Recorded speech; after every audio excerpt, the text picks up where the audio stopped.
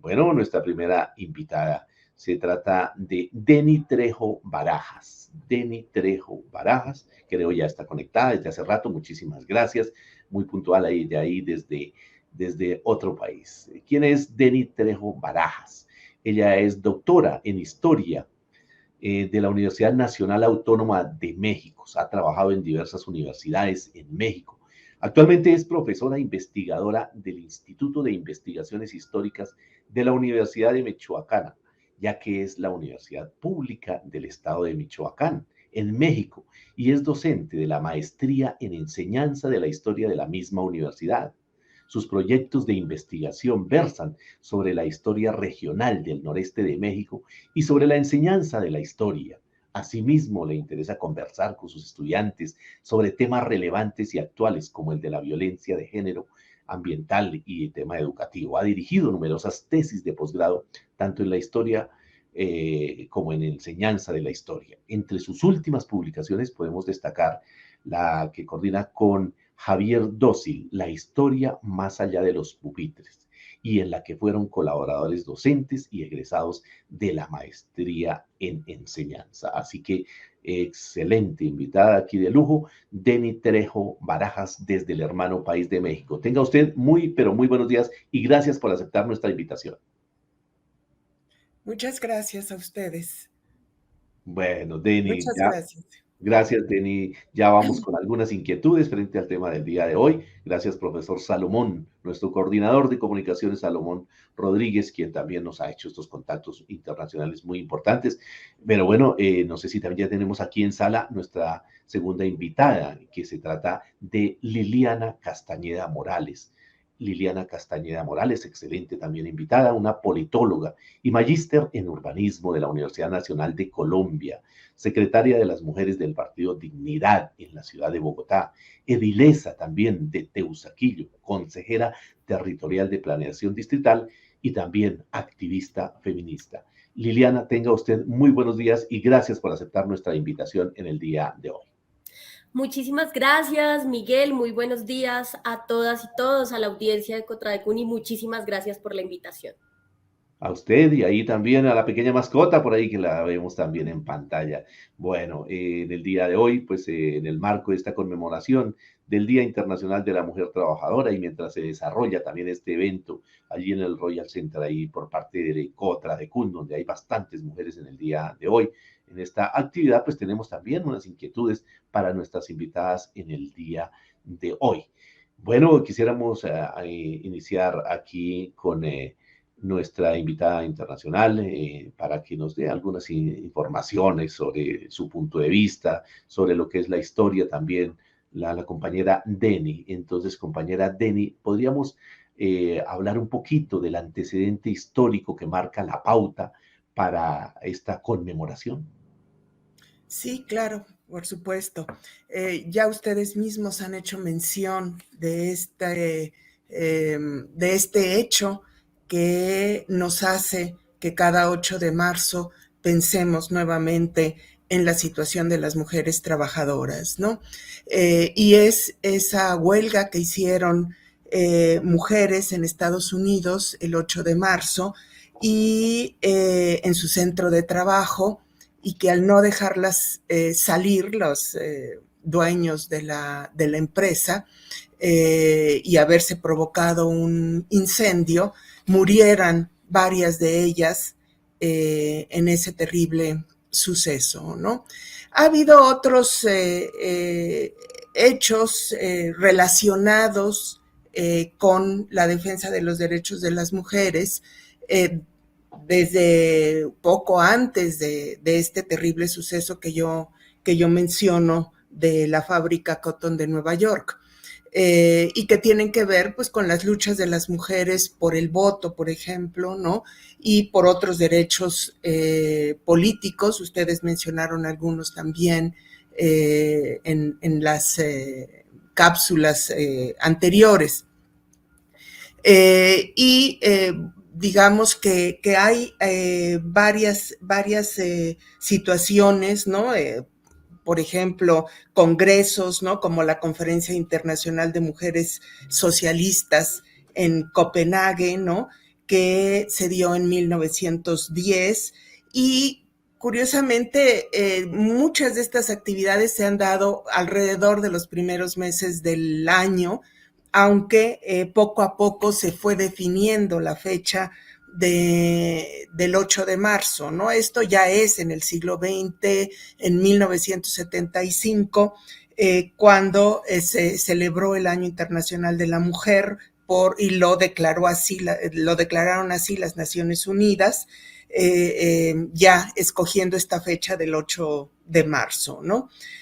Pero hubo, digamos, diversas situaciones y actividades antes y después que fueron acotando esta fecha en relación al 8 de marzo, ¿no? Pero sin duda, digamos, en 1975 es cuando la ONU declara esta fecha, ¿no? Para celebrar el Día Internacional de la Mujer. Y yo celebro que también, digamos, lo asociemos a cuestiones positivas y que sea festivo y que se hagan muchas cosas alegres, ¿no? Pero esta orientación alegre debe hacernos recordar y concientizarnos sobre las difíciles circunstancias que han vivido muchas mujeres en el trabajo y fuera del trabajo, ¿no? Y que este día merece que conmemoremos también todas esas dificultades porque la lucha continúa, ¿no? Es algo que no se ha acabado por el hecho de que podamos celebrar ya un Día Internacional de la Mujer, ¿no? Sino que sigue habiendo numerosos problemas alrededor de la equidad, sobre todo, ¿no? La desigualdad que sigue existiendo y la violencia contra las mujeres es algo que tenemos que recordarnos continuamente, ¿no? Como sucedió en aquel año de 1908, la violencia continúa de diversas maneras, ¿no? Importante reflexión que nos hace Denny y creo que es fundamental algo que usted ha dicho, no solamente celebrar, sino conmemorar también esa lucha de tantas y tantas mujeres que ofrendaron hasta su vida para que hoy, pues, digamos, las mujeres sean sujetos de derecho. Y bueno, todavía falta mucho, pero creo que se avanza en este tema. Entonces, también, pues, celebrar que a pesar de los estigmas, de las persecuciones, de los señalamientos, de los asesinatos, porque aquí también, desafortunadamente, tenemos que hablar de eso, tenemos, pues, la posibilidad de que muchas mujeres hoy tengan sus derechos y seguir luchando para alcanzar aún algunos derechos que no han sido posibles. Antes de pasar con nuestra segunda invitada, Liliana, quisiéramos a Denny preguntarle a nivel de Latinoamérica, así como en México, pues hay rezagos machistas y patriarcales en los cuales los escenarios se ven mayoritariamente la exclusión del género femenino. ¿Cuál es ese punto de vista que usted tiene así, esa mirada internacional, especialmente en Latinoamérica? Sí. Pues mira, sigue habiendo una muy baja representación de las mujeres, por ejemplo, en las instituciones políticas, ¿no? En los entes, digamos, gubernamentales. Hay muy baja representación si nos vemos en conjunto de América Latina. Obviamente hay diferencias entre los países, pero está en términos generales alrededor del 25-26% la representación política de las mujeres en los gobiernos, ¿no? Muy pocas mujeres han accedido, por ejemplo, a la presidencia de la República. Hay, digamos, los casos muy conocidos, ¿no? De Chile, de Nicaragua en algún momento, de Brasil, donde ha habido Argentina, donde ha habido mujeres en el ejecutivo de las naciones, pero son muy pocas. Y sobre todo en los ámbitos de representación popular, pues es bajo, un 25-26%. ¿Sí? En México ha crecido esa representación en estos últimos años, con el último gobierno ha habido una preocupación mayor por la equidad, pero de todas maneras no está resuelto todavía el problema de la representatividad. Y esto a veces se asocia a que hay mujeres más marginadas que otras, ¿sí? Por ejemplo, la representación de mujeres indígenas, de mujeres negras, está muy limitado todavía en nuestros países, ¿no?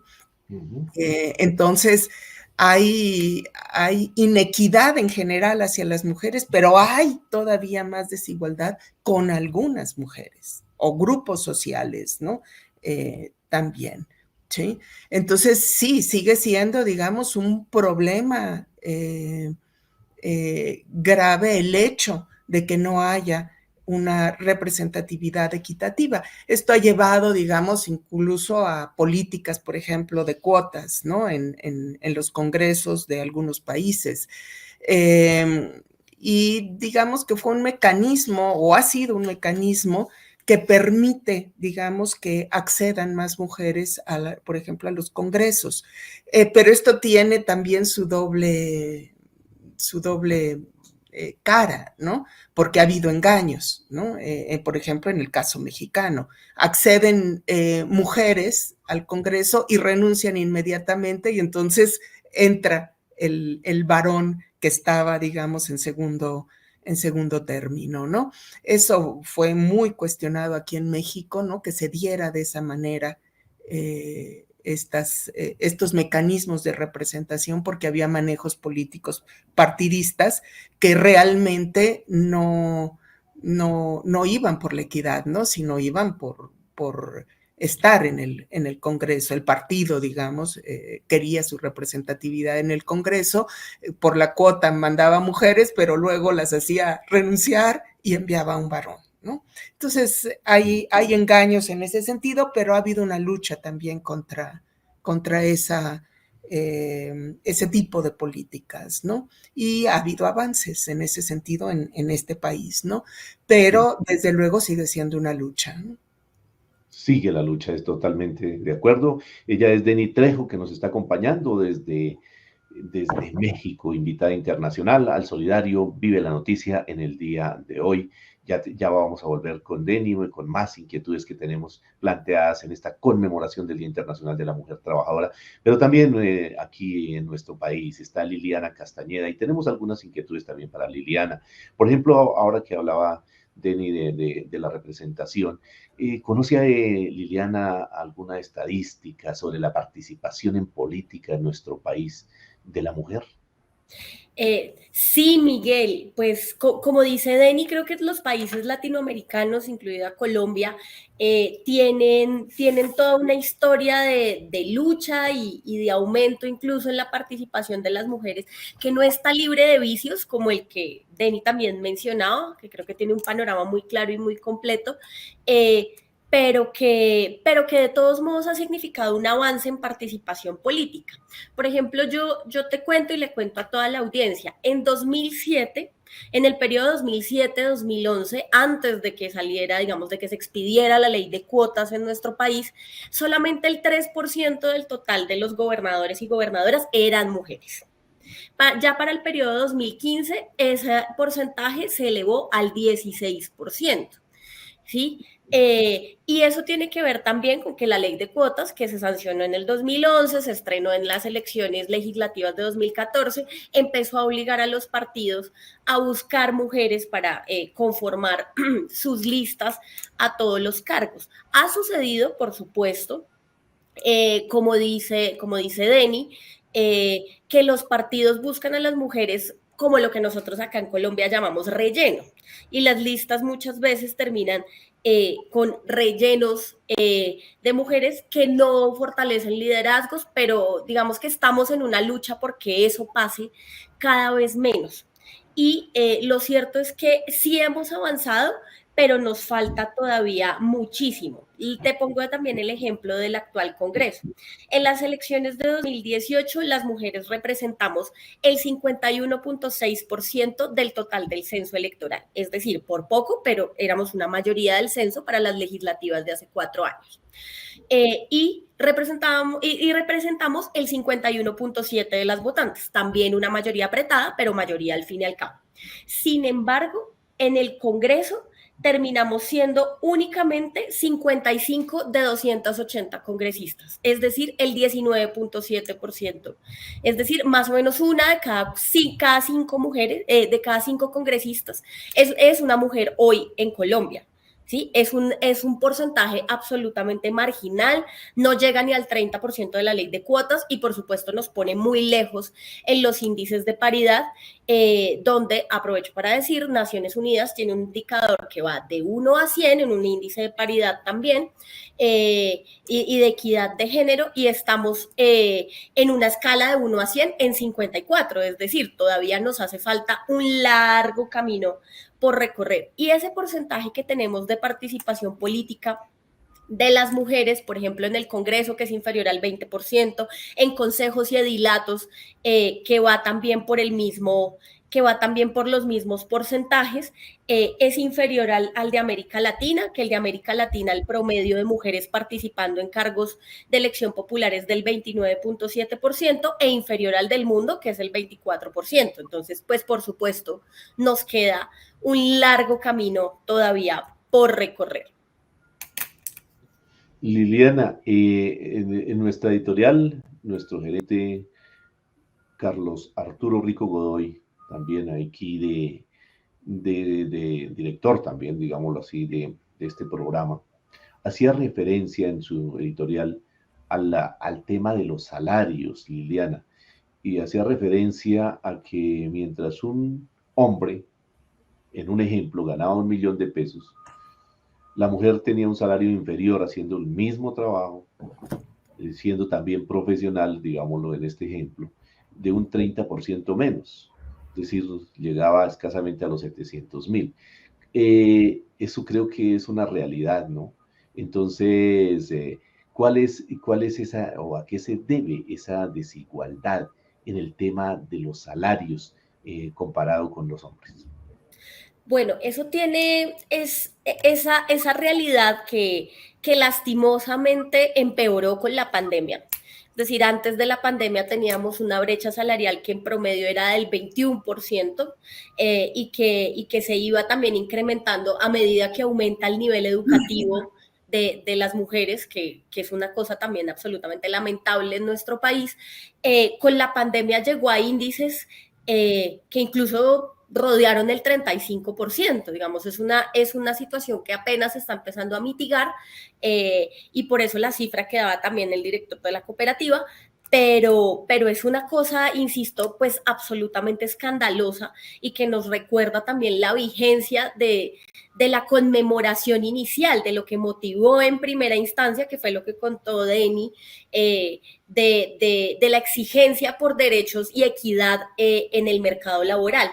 ¿Eso por qué sucede? Digamos, creo yo, y también lo han mostrado algunos estudios de teóricas feministas, y es que contra las mujeres, digamos, un poco lo que ha pasado es que la reivindicación en primera instancia, siglos XVIII, XIX, era por ingresar al mercado laboral, por tener el derecho a trabajar y a trabajar en condiciones dignas. Se dio una vinculación también masiva al mercado laboral en distintas partes del mundo, pero las mujeres no dejamos esa carga, digamos, y ese trabajo, que también es trabajo, que es lo que llamamos ahora tareas del cuidado.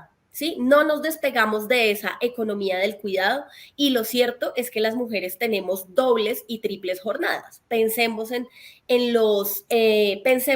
la rutina diaria de una mujer versus la rutina diaria de hombres que de pronto no cargan con esas mismas tareas del cuidado. Entonces tenemos a la profe que se levanta muy juiciosa, 3, 4 de la mañana, alista a sus hijos, a sus hijas, prepara el desayuno, alista la ropa, deja lista la cocina, ¿sí? Y ahí ya hay por lo menos 1 hora y media o 2 horas de trabajo. Luego se va a su trabajo, por el que tiene salario, luego vuelve, recoge a los niños del colegio, les ayuda a hacer las tareas, prepara la comida, prepara la cena, lista todo para el otro día. Y ahí hay 2 jornadas, la jornada de trabajo que tiene en la casa y la jornada de trabajo que tiene pues donde sea que esté empleada. Y si tenemos activismos políticos, liderazgos sociales o comunitarios, pues esa jornada se triplica, porque después de alistar a los niños, dejarlos dormidos, se va para la reunión del sindicato o de la organización social o de la Junta de Acción Comunal.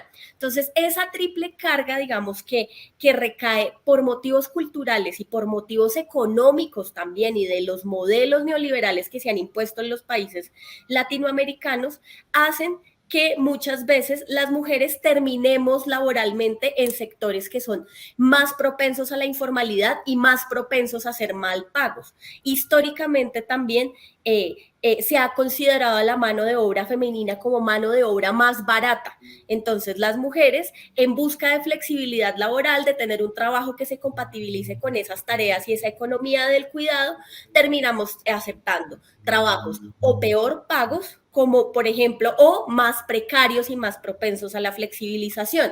Por ejemplo, se sabe, por lo menos en Colombia, no tengo a la mano estadísticas de otros países de la región, pero sabemos que en Colombia las mujeres estamos mayormente vinculadas a sectores con informalidad, por ejemplo, comercios, servicios, la mayoría de vendedores informales son mujeres, y eso también hace que, uno, que esas brechas existan, pero dos, que se feminice la pobreza, que es algo de lo que estamos hablando también en el mundo. La pobreza tiene rostro de mujer en Colombia, en Latinoamérica y en el mundo entero. Gracias, Liliana. Y Denis, perdón, esta situación que acaba de escribir Liliana frente a los salarios, a su jornada laboral, a las situaciones que tiene que enfrentar en la familia, en México, ¿cómo son similares? ¿Hay alguna comparación? ¿Cómo es la situación allá en México? Casi podría decir que Liliana estaba hablando de México. O sea, todos los países latinoamericanos y seguramente en otras regiones del mundo, pero sí, en Latinoamérica, se da esto que ha dicho Liliana. La pobreza tiene rostro de mujer. Las mujeres reciben salarios más bajos por por una concepción machista y patriarcal que viene de larga data y que, pese a los cambios y las transformaciones de las sociedades, esto se sigue transminando, ¿sí? Pero particularmente afecta a las mujeres más humildes, que son las que se dedican a estos trabajos eventuales a los que hace referencia Liliana, que es el comercio informal, no el comercio formal, sino el informal, el hacer comidas en las calles, ¿no? En las esquinas. En México se da mucho eso, y por supuesto el trabajo doméstico, el hacer trabajo para otras mujeres que trabajan en otras áreas o en otros niveles del mundo académico, burocrático, administrativo, comercial y de servicios del país, ¿sí? Entonces, sí, la desigualdad es tremenda en nuestro país. Constantemente se hace mucho por, digamos, en este gobierno ha habido una preocupación por llegar, digamos, a los sectores más humildes del país, pero el problema es tan grave, particularmente con las mujeres, que no es fácil, digamos, equilibrar las cosas, ¿sí? Entonces sigue habiendo sectores de mujeres muy humildes que ganan mucho menos en trabajos similares que los varones, ¿sí? Esto es muy común en nuestro país y las cifras son similares, de salarios hasta 30% menores en las mujeres que en los hombres, en los ámbitos fabriles, de administración, de las empresas, etcétera. Las diferencias es notable, ¿no? Ahora, hay ciertamente ámbitos en donde no hay, digamos, esa situación de desequilibrio salarial. Podría decir, por ejemplo, en el ámbito académico, universitario sobre todo, digamos que los salarios podríamos decir que son iguales entre hombres y mujeres. Pero Liliana ha marcado claramente la diferencia. Ok, tenemos salarios iguales, pero el trabajo no es el mismo. En efecto, tenemos doble y triple jornada, las mujeres, incluso las universitarias, como madres o como cuidadoras de nuestras madres, ¿no? Madres de familia que atienden hijos, ¿no? Y al marido, ¿no? Para que también él tenga su labor, su trabajo, y a la vez cuidadoras de los ancianos de la familia, ¿no? Entonces, las jornadas no pueden ser equitativas, ¿no? O no han sido equitativas, aunque haya ámbitos en donde los salarios aparentemente son iguales, ¿sí? Entonces digo aparentemente porque estrictamente, digamos, por la misma labor, un profesor universitario pues gana lo mismo que una profesora universitaria en, digamos, en equidad de circunstancias. Pero hay muchas cosas que los desnivelan, entre ellos las labores domésticas del hogar, pero también el hecho de que la mujer tenga muchas otras actividades en el hogar hace que no pueda hacer muchas cosas en la academia que sí hacen los varones, ¿sí? Y entonces los varones pueden acceder a puestos directivos y las mujeres decimos no, ¿no? Puestos directivos donde pueden ganar más y las mujeres decimos no, porque ya no puedo más, ¿no? Entonces pocas mujeres acceden a esos puestos directivos que sí les permiten ganar más, pero implica un sobretrabajo también, ¿no? El puesto directivo, la actividad académica y las actividades de casa, ¿no? Entonces ahí es donde está el desequilibrio. Aparentemente están en igualdad de circunstancias, pero la condición social a la que se enfrenta la mujer trabajadora, aún en ámbitos, digamos, como el universitario, académico, donde aparentemente hay equidad, no, en términos genuinos no la hay por esas formas de sobretrabajo que existen y condicionan la vida laboral de las mujeres, ¿no? Menciono el académico universitario porque es el que conozco más, ¿sí? Sí. Pero, desde luego, la inequidad sigue existiendo, ¿no? Efectivamente, 10 de la mañana, 42 minutos, importantes reflexiones en el día de hoy, en este programa que, como lo dice Aura Catalina Quintero Saavedra, gracias por preparar un programa tan especial para nosotras. Con mucho cariño, creo que ustedes merecen muchísimo más, y no solamente el 8 de marzo, sino en los 365 días del año, por esa gran labor que hacen. También tenemos un comentario, Esther Janet Peña: Dios bendiga a las mujeres virtuosas, a las que no abortan, a las que cumplen con sus deberes honestamente. Desde Caquesa también tenemos a Rosalba Riaño, también, que envía su mensaje.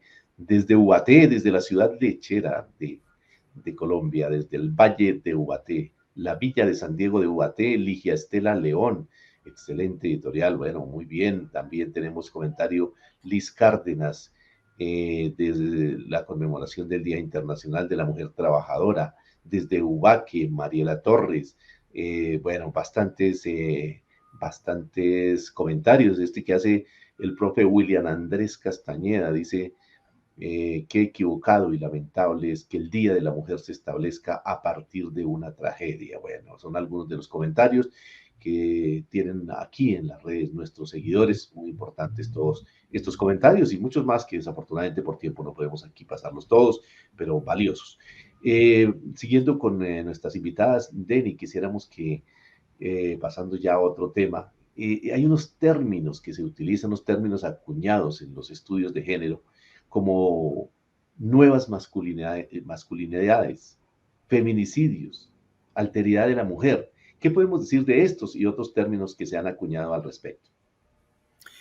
Mira, respecto de las masculinidades, yo creo que junto con el hecho, ¿no?, de que las mujeres han manifestado, ¿no?, sus luchas, su deseo de encontrar un lugar en la sociedad mucho mejor reconocido, y han accedido al mercado de trabajo y digamos que han abierto panoramas distintos y han construido entonces una visión de la mujer distinta, ¿sí? Que es ahí donde hablamos de una construcción de género, ¿no? Es decir, construimos el género y la idea no con base únicamente al sexo biológico, sino con una serie de condiciones sociales y culturales, ¿no?, que nos identifican y que nos permiten también manifestarnos y expresarnos y defender nuestras luchas, ¿no? Entonces, eso ha implicado también que los varones, digamos, se cuestionen a sí mismos, ¿no?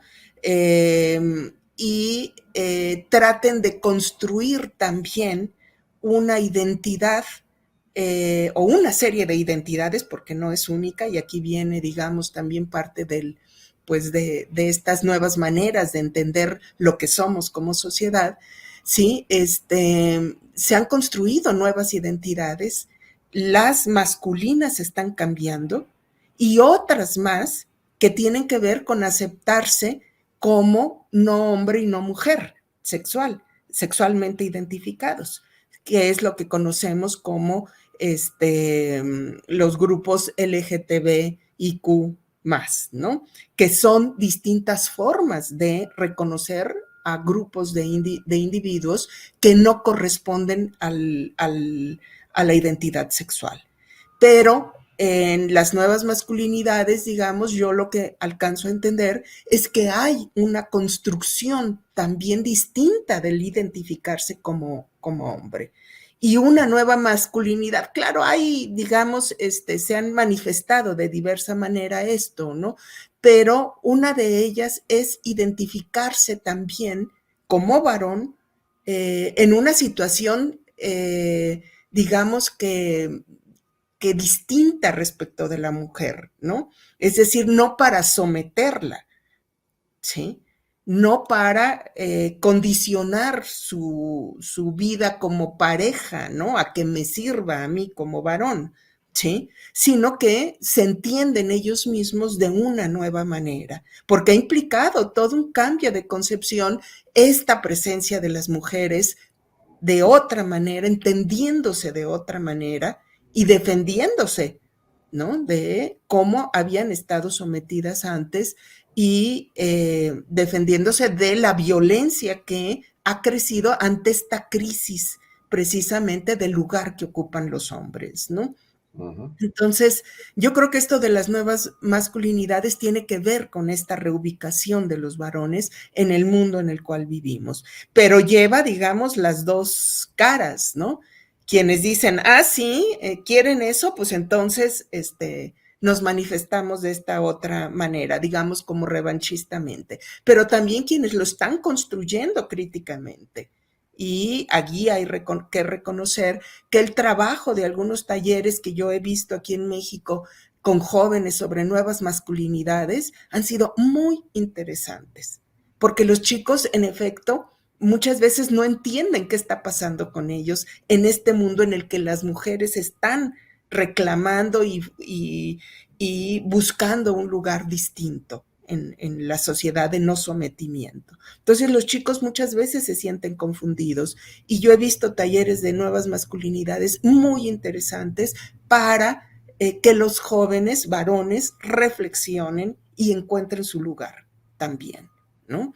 en Sí. un sentido de equidad con respecto de las mujeres, ¿no? Pero hay quien se ha violentado muchísimo y yo creo que el aumento de los feminicidios, por lo menos en nuestro país, tiene que ver en buena medida con una desubicación, un descontrol de muchos hombres que ven perdido su lugar y entonces lo quieren reencontrar, pues acudiendo a la última instancia que es hacer desaparecer a una mujer, ¿no? Bueno, importantísimos estos aportes. Tengo aquí una pregunta antes de ir con Liliana y con una pequeña pausa también desde el evento que se está desarrollando allí en el Royal Center. Quisiera preguntarle, Denny, rápidamente, aquí muy concretamente, sobre una pregunta que nos hace el profesor Salomón Rodríguez que tiene que ver con el papel ejemplar de la mujer en la Revolución Mexicana. ¿Qué podemos decir rápidamente al respecto? Bueno, mira, es un tema que en efecto ha sido bastante estudiado. Yo no soy especialista en el tema de la Revolución Mexicana y de las mujeres de ese periodo, pero es muy conocido que hubo mujeres participando en los hechos bélicos en distintos estratos sociales. Son muy conocidas las soldaderas, las llamadas soldaderas que acompañaban a los soldados, ¿no? Mujeres que acompañaban a sus hombres a la guerra, ¿sí? Pero generalmente era en esa situación, digamos, de servirle al hombre, de hacer las comidas de los soldados, ¿no? En los lugares donde detenían, digamos, a los ejércitos, ya sea de un bando o de otro, e incluso con los hijos, ¿no?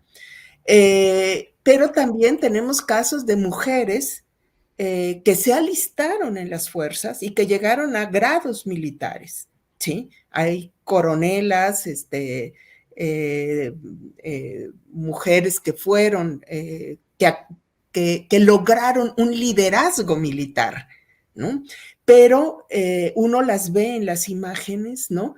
Adoptando posturas masculinas para poder ejercer ese lugar, ¿sí? Ujú. Entonces, bueno, tiene, digamos, o sea, merece análisis profundo esta situación. Y desde Sí. luego hubo mujeres intelectuales en la época de la Revolución, ¿no? Se le Algunas de dio- ellas muy notables, ¿no? Bueno, muy importante entonces estos avances y también conocer un poquito de nuestro país vecino, bueno, más bien amigo, México, que siempre ha estado un país hermano y coinciden en muchas cosas. Bueno, desafortunadamente también en situaciones como las que hoy estamos mirando, donde el papel de la mujer pues no es el que debiera ser y no ha sido reconocido, pero siguen las luchas y creo que eso es importante. Antes de ir al Royal Center, vamos rápidamente con Liliana en una inquietud bien importante. Hablemos de los estereotipos alrededor de la mujer, cuando se habla de conmemorar, cuando se habla de celebrar, cuando se regalan flores o otro tipo de detalles, pero también de la reivindicación de sus derechos. ¿Qué podemos decir de estos estereotipos y otros que hay en nuestra sociedad? Yo creo que es súper importante, así como decía Denny, pues, digamos, no arrebatarle como el ánimo de celebración. Yo creo que podemos celebrar que estamos vivas, que tenemos derechos, que el hecho de que estemos aquí hablando contigo en este momento significó la lucha de muchísimas mujeres antes que nosotras por poder pensar, hablar por nosotras mismas, pues siempre hemos pensado por nosotras mismas, pero hablar públicamente por nosotras mismas, poder estudiar, poder tener opiniones, poder tener patrimonio, poder votar, y creo que eso es algo que siempre se debe celebrar, pero creo que respecto al tema de los estereotipos, debe prevalecer el ánimo conmemorativo por lo que nos trajo a esta fecha y lo vigente que sigue y lo mucho que nos falta. Y en eso juegan un papel muy importante lo que mencionas, que son esas ideas preconcebidas sobre lo que significa ser mujer, porque culturalmente se nos ha metido como en el chip y en la cabeza que las diferencias biológicas implican diferencias de capacidades o implican superioridades e inferioridades que casi que fueran designio de la providencia, y no es así. Ideas preconcebidas como que las mujeres somos más débiles, que tenemos inteligencia inferior, que no podemos estar en campos que se denominan duros, como el de la ciencia, la ingeniería y este tipo de campos de conocimiento. Y efectivamente esa es una lucha cultural que tenemos que dar todos los días, todos los años, no solamente el 8 de marzo, sino hay conmemoraciones en Colombia, hay conmemoraciones internacionales, por ejemplo en febrero, creo que fue el 14 de febrero o el 15, que se conmemoraba el Día de la Mujer en la Ciencia, que es muy, muy, muy importante también para ver que nosotras siempre hemos hecho aportes muy importantes que han sido invisibilizados o que no han sido tenidos en cuenta o digamos que no nos han permitido explotar toda nuestra capacidad para aportarle a la sociedad, a la ciencia, al conocimiento. Entonces, pues súper importante este tema, por supuesto, cultural, y este tema de los estereotipos, y termino mi respuesta con algo muy importante, es romper el estereotipo de que las labores de cuidado son única y esencialmente para las mujeres, ¿sí? Como que el lugar de las mujeres es la cocina, es el hogar. No, pues todas y todos tenemos las mismas capacidades de tener este trabajo de cuidado, y por eso es necesario redistribuirlo. Incluso cuando se dice que las mujeres son amas de casa, todavía persiste la idea de que no hacen nada. Y ese es un estereotipo y una idea que hay que romper, y creo que hay que romperla con algo que hemos empezado a decir también desde las calles aquí en Colombia, y es que todas somos trabajadoras en nuestros hogares, somos trabajadoras en la academia, en la ciencia, en las artes, en el mundo empresarial, pero todas somos trabajadoras porque todas sostenemos la economía, y hay que acabar con la idea de que el trabajo de cuidado no es trabajo y no le aporta a la economía. Y termino también con un dato: si el trabajo de cuidado pudiese ser monetizado y puesto en el Producto Interno Bruto del país, representaría el 20% de la producción de riqueza anual en el país. Es decir, más que la industria, más que los servicios, más que los sectores que son predominantes en la economía nacional. Bueno, importantísima esta reflexión, Liliana. Bueno, quedan otros temas que ya rápidamente los invito para que nos vayan redondeando estas cifras, porque ya pues vamos terminando, perdón, estos temas como los retos que se vienen, el tema de la violencia, el tema de la salud.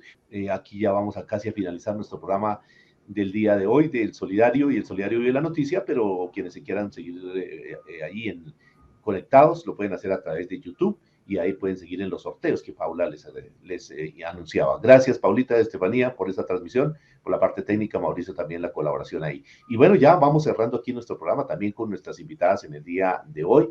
Entonces vamos con Liliana, vamos a cada una de ustedes a darles 2 minuticos, porque bueno, tenemos muchas preguntas, pero desafortunadamente el tiempo no nos alcanza. En 2 minuticos, pues nos hagan referencia a esos retos que hoy tiene la mujer, al tema de la violencia, que hoy también enmarca la labor que se desarrollan las mujeres, y el tema de la salud también, algo tan importante y que en nuestro país, no sé, en México, anda tan descuidado, y lógicamente el papel en la educación que desarrolla la mujer, donde tenemos en nuestro país más del 70% de mujeres desempeñándose en esta noble profesión de ser maestras. Entonces le doy la palabra a Lilianita para que en 2 minuticos nos haga una descripción, si se puede, y ese mensaje final para las mujeres en el día de hoy, y para los hombres también, claro. Muchísimas gracias a Miguel, a Deni, que hemos tenido una conversación supremamente interesante, y yo creo que el mensaje para el 8 de marzo es similar al que sacamos a las calles en las marchas del 8M también todos los años, y es que sí, hemos ganado cosas. Recientemente ganamos un fallo en materia de salud pública, porque no se trata, digamos, en materia de despenalización de aborto, que creo que es un tema de salud pública, pero quedan muchas cosas todavía por ganar. y más que en el plano legal o judicial o jurídico, quedan muchas cosas por ganar en igualdad material en el ejercicio de derechos. A las mujeres nos siguen matando, tanto en Colombia como en México, por el simple hecho de ser mujeres. Le siguen además llamando crímenes pasionales o hechos de intolerancia. Entonces, por ejemplo, tenemos unos retos enormes en materia de nuestro derecho a tener una vida libre de violencias, y en eso tenemos una lucha diaria. Tenemos retos en empleo digno por las brechas de las que ya hablamos, en salud, con equidad, en educación, en comunicación libre de sexismo, en acceso a la tierra, a la vivienda. Y creo que las maestras y los maestros tienen un papel fundamental en ese cambio cultural que se debe obrar para llegar a tener un país y a una sociedad muchísimo más equitativa, romper esos estereotipos de los que estábamos hablando, desmitificar esas diferencias biológicas que no deben convertirse en diferencias sociales o inferioridades sociales. Es una tarea en la que los maestros y maestras tienen un papel fundamental. Entonces, pues por supuesto, toda mi admiración para ellas, toda mi admiración también para todos los maestros. Seguimos trabajando por un país más equitativo, por una sociedad más equitativa, y pues por supuesto la invitación a que nos encontremos el 8 de marzo por la tarde en las diferentes concentraciones, movilizaciones y conmemoraciones que vamos a tener ese día y por estos días en todo el país. Muchísimas gracias. Ella es Liliana Castañeda, por aceptar nuestra invitación y por todos los aportes que nos ha dejado en el día de hoy de corazón. Y también pues que estén celebrando, estén conmemorando también usted como mujer y todo, pues lógicamente sus equipos de trabajo. Muchísimas gracias por la participación en el día de hoy, Liliana. Muchas gracias, Miguel. Muchísimas gracias por la invitación. Bueno, usted. Y bueno, y para cerrar, entonces aquí con nuestra invitada internacional, Denis Trejo, ese mensaje final aquí en 2 minuticos para los que están a esta hora conectados ahí en las redes sociales, pero especialmente a las mujeres en este preámbulo a la conmemoración del Día Internacional de la Mujer Trabajadora, en cuanto a esos retos que se tienen, ese mensaje desde el país hermano de México para Colombia. Pues yo termino también celebrando con todas la posibilidad de seguir luchando y creciendo colectivamente, ¿no? Yo creo que es una lucha que nos hermana a todas las mujeres, y en ese proceso de lucha, de reivindicación, de espacios, de reconocimiento de las otras que tienen menos posibilidades que uno de unirse a esta lucha, muchas veces porque viven en zonas muy alejadas, viven en condiciones muy difíciles, y están más sujetas muchas veces a la violencia precisamente porque están menos visibilizadas. Entonces, yo hago un llamado a las mujeres a la solidaridad, ¿sí? Porque entre nosotras podemos colaborar, trabajar juntas y seguir luchando juntas. Y este llamado del 8 de marzo y los días, digamos, como este que anteceden a esa fecha, ¿no? Son muy importantes. Son días en que nos visibilizamos más y debemos aprovecharlos precisamente en ese proceso de generar solidaridades entre las mujeres, ¿no? Y respaldar a las que han sufrido violencia o a las que buscan a otras mujeres desaparecidas o a sus hijos desaparecidos. Aquí en México hay colectivos de mujeres buscadoras de sus hijos o esposos o hijas desaparecidas, ¿no? Y muchas veces estas mujeres que buscan a otros son sujetas de violencia. Entonces es muy difícil y tenemos que entrelazar nuestras vidas en términos solidarios con aquellas que están luchando, ¿no? En distintos ámbitos. Y claro, el medio educativo es un área fundamental, ¿no? Entonces yo llamo a las profesoras y los profesores, ¿no? A que entiendan estas luchas y hagan un trabajo con sus estudiantes en términos de entender y no reproducir las violencias, los estereotipos y más bien buscar la solidaridad, ¿no? Y la lucha común. Bueno, muchísimas gracias. Ese mensaje final de nuestra invitada también internacional de México, Denny Trejos, y gracias por la participación en el día de hoy, y los micrófonos quedan abiertos, tanto Liliana como Denny, para una próxima oportunidad. Denny, muchísimas gracias por su participación y sus aportes en el día de hoy. Muchísimas gracias a ustedes por la invitación. Bueno, entonces queda ese mensaje final, creo que es muy importante que nos dejan, y aquí es de la familia Contradecur, para que hagamos esa pedagogía. Ese tema de género lo debemos llevar al análisis con nuestros estudiantes, con las madres de familia, con los docentes. Busquemos espacios para difundirlos, para crear impacto en la sociedad. En las manos de todos está la oportunidad de defender también los derechos igualitarios de hombres y mujeres. Y finalmente, a ti, mujer, que sueñas, que luchas y que trabajas día a día para, para buscar un mundo mejor, un mundo con mayor justicia social. Mi admiración y mi respeto, pero ante todo, sé feliz, mujer. Muchísimas gracias, los esperamos nuevamente el próximo sábado a partir de las 9 de la mañana en el Solidario de Contradecur.